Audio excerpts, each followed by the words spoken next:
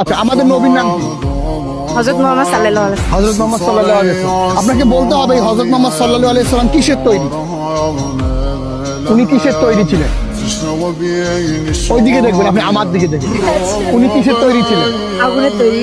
আগুনের তৈরি বা নূর, আগুন বা নূরের? বা নূরের, হ্যাঁ। নিব নিব রং অ্যানসার। সূরা কাফের শেষ আয়াতে আল্লাহ তাআলা বলেছেন, কুল হে রাসূল আপনি বলে দেন, ইন্নামা আনা বাশারুম মিসলুকুম, আমি তোমাদের মতো মানুষ, তবে পার্থক্য হলো ইন্নামা ইউহা ইলাইয়া, আমার কাছে ওহী আসে, আমি নবী তোমরাও নবী না। তাহলে এখান থেকে বোঝা যায় নবীজি মানুষ, আর মানুষকে আল্লাহ তাআলা মাটি দিয়ে তৈরি করেছেন, সেই হিসেবে বোঝা তিনি মাটির তৈরি। ভাই এটা নিয়ে গন্ডগোল ফাসাদ অনেক আছে। আমার যে ভাইরা নবী সাল্লাল্লাহু আলাইহি সাল্লামকে নূরের তৈরি বলতে চান, তারা কিন্তু নবীজিকে ভালোবেসে তার সম্মান দিতে গিয়েই এটা বলেন, তাই না? কারণ তারা মনে করেন মাটির তৈরি তো তুচ্ছ একটা বিষয়, আমার নবীজি নূরের তৈরি হলে মর্যাদাপূর্ণ বিষয় হবে।